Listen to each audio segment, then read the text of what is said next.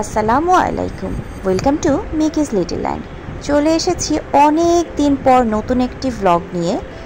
আজ আমরা মূলত বের হয়েছিলাম স্ট্রিট ফুডের উদ্দেশ্যে। খুঁজতে খুঁজতে চলে গেলাম পরিবাগের দিকে। পরিবাগে সন্ধ্যা নামলেই দোকানিরা বসে নানান রকম খাবারের পসরা নিয়ে। এখানে আসলে আপনি পাবেন নামি দামি সব রেস্টুরেন্টের খাবারগুলো খুবই সাশ্রয়ী মূল্যে এবং স্বাদও খুবই ভালো মানের থাকে। রাস্তার দুধারে সব মিলিয়ে প্রায় 40টির মতো ফুড কার্ট বসে থাকে।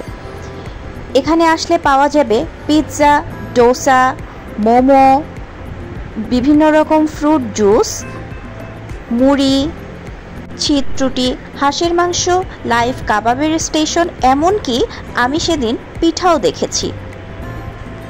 আমরা মোমোস ট্রাই করেছি, স্বাদ ভালো লেগেছে। মোমোস খাওয়ার পর আমরা চলে গেলাম পিৎজা খাওয়ার উদ্দেশ্যে।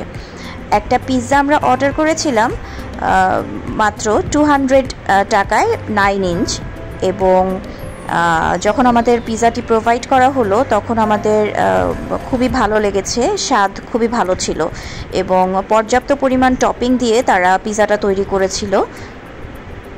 রেস্টুরেন্টের বদ্ধ পরিবেশে সবসময় খেতে কি আর ভালো লাগে?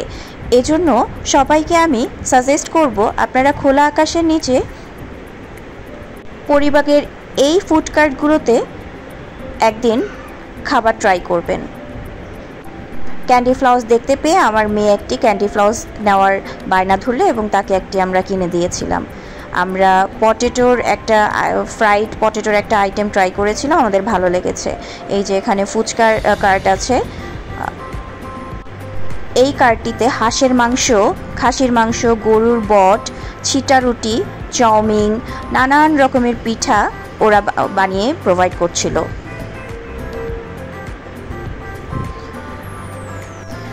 জুসের কার্টগুলোর কথা একটি বিষয় না বললেই নয়, প্রচণ্ড নিট অ্যান্ড ক্লিন এবং সুসজ্জিত কার্টগুলো খুব ভালোভাবে জুস বানিয়ে প্রোভাইড করছিল। আমরা লেমন মিন্ট অর্ডার করেছিলাম এবং লেমন মিন্টটা আমাদের ভালো লেগেছে। চলতে চলতে দেখি একটা জায়গায় একজন লেডি নানান রকম চুড়ির পসরা নিয়ে বসেছে। আমার মেয়ে খুব বায়না করলো যে সে চুড়ি কিনবে এবং তাকে আমি চুড়িটা কিনে দিয়েছিলাম এবং সে খুব খুশি। দেখুন সে কতটা খুশি।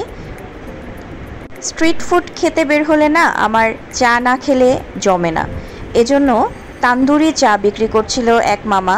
আমি সেখানে চলে গেলাম এবং চায়ের অর্ডার করলাম। চাটিও শেষে আমার ভালো লেগেছে এবং চা মোস্ট প্রবাবলি 30 টাকা ছিল। এই যে মাটির মটকায় সার্ভ করেছিল, 30 টাকা দাম ছিল। আজ এ পর্যন্তই। সবাই ভালো থাকবেন, সুস্থ থাকবেন। আল্লাহ হাফেজ।